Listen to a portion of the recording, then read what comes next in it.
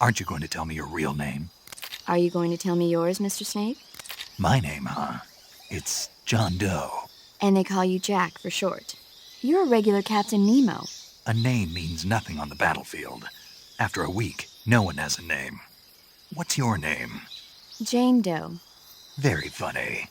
I wasn't joking, but I'll tell you my name only if you manage to make it back alive. My frequency is 145.73. She's also in charge of recording your mission data.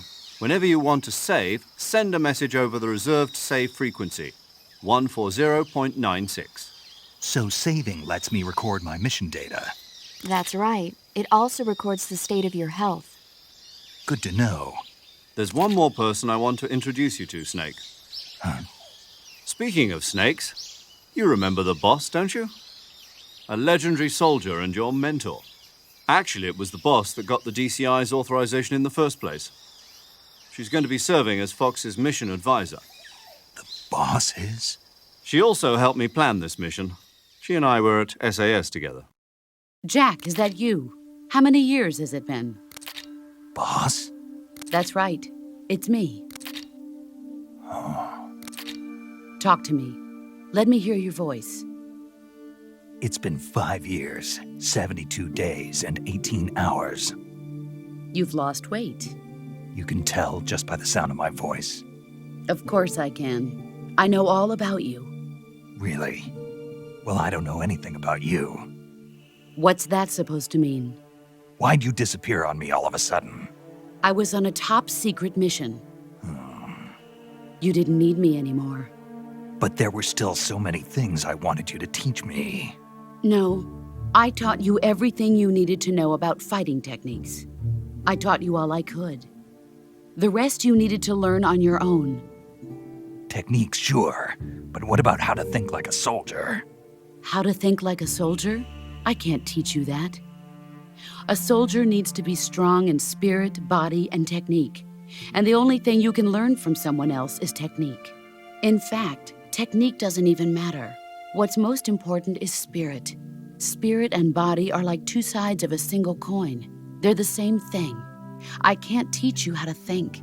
You'll just have to figure it out for yourself. Listen to me, Jack. Just because soldiers are on the same side right now doesn't mean they always will be. Having personal feelings about your comrades is one of the worst sins you can commit. Politics determine who you face on the battlefield. And politics are a living thing. They change along with the times. Yesterday's good might be tomorrow's evil. Is that why you abandoned me? No, it had nothing to do with you. I already told you, Jack. I was on a top-secret mission. A soldier has to follow whatever orders he's given. It's not his place to question why. But you're looking for a reason to fight. You're a natural-born fighter, but you're not quite a soldier. A soldier is a political tool, nothing more. That's doubly true if he's a career soldier. Right and wrong have no place in his mission. He has no enemies and no friends. Only the mission. You follow the orders you're given. That's what being a soldier is. I do whatever I have to get the job done. I don't think about politics. That's not the same thing.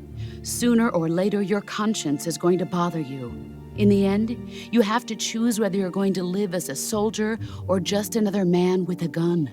There's a saying in the Orient, loyalty to the end. Do you know what it means?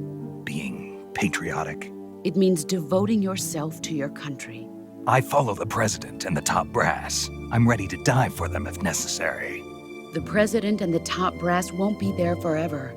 Once their terms are up, others will take their place. I follow the will of the leader, no matter who's in charge. People aren't the ones who dictate the missions. Then who does? The times. People's values change over time, and so do the leaders of a country. So there's no such thing as an enemy in absolute terms. The enemies we fight are only enemies in relative terms, constantly changing with the times. As long as we have loyalty to the end, there's no point in believing in anything, even in those we love. And that's the way a soldier's supposed to think? The only thing we can believe in with absolute certainty is the mission, Jack. All right. But do me a favor. What is it? Call me Snake. Snake. Oh, right. Your code name is Snake. It suits you well. That's right. The legendary unit that the boss put together during World War II was a snake. The Cobra unit, a group of heroes that brought the war to an end and saved the world. As long as you've got a legendary hero backing you up, you'll be fine. Isn't that right, Snake? Yeah, I can't think of anyone else I'd rather have with me. Oh, and one more thing, boss. Yes? It's good to hear your voice again. Same here. After all, who knows if either of us will make it out alive? Snake, you are always best at urban warfare and infiltrating buildings. But this is the jungle. Survival is going to be key. Those CQC techniques I taught you are sure to come in handy. CQC? Close quarters combat, huh? I've been in the Green Berets for the past few years. I'm probably pretty rusty. Not to worry. I'll be here to help you remember. After all, this is your first actual survival mission. I'll be supporting you over the radio. Where are you, boss? Next to the Major? The boss is communicating with us by radio from aboard a Permit-class submarine in the Arctic Ocean. My frequency is 141.80. Call me if you need my advice on battle techniques. Gotcha. Your mission is to retrieve Dr. Sokolov. Dr. Sokolov is being held in an abandoned factory located to the north of your current position. Avoid heavy combat and don't let anyone see you.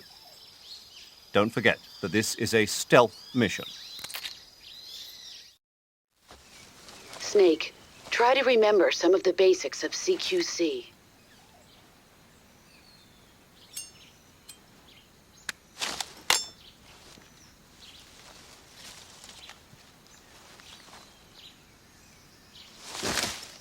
Commencing Virtuous mission now.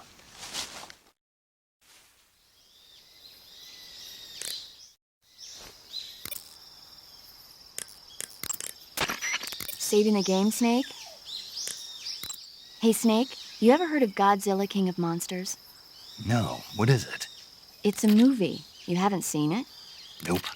It's about this monster called Godzilla who grows to an enormous size in a nuclear test and goes on a rampage in Tokyo. Nuclear test, huh? Then the Marshall Islands must be crawling with giant monsters right about now. It's just make-believe. Maybe that's why my pants have been so tight lately. Snake, it's a movie, not a report out of Los Alamos. I know. So then what happened? Godzilla is immune to all weapons, and humanity has no way to stop the monster. Dr. Shirazawa develops a new type of weapon, but meanwhile, Godzilla is getting closer and closer to Tokyo, obliterating everything in its path. It was originally a Japanese movie, but they made an American version, too. I recommend seeing the original Japanese one if you ever get the chance. It's mostly mindless fun, but it's also got a serious anti-nuke message as well. Where can I see the original? You'll just have to go to Japan. Really? That's too bad. Well, if you wait 40 years, you might be able to see it in America, too. Why's that? 2004 will be Godzilla's 50th birthday. You think they're still going to be making Godzilla movies then? Of course! Everybody loves Godzilla. You sure know a lot about movies. I don't suppose you're the movie-watching type, are you? Not really. Okay, then I'll tell you everything I know. When the going gets tough, movies can save your life. It's always good to be able to look at things from a different perspective when you get in a jam. That's the magic of movies. No kidding. Well, I guess it might at least make a nice distraction. That's the spirit, Snake. Have a little fun.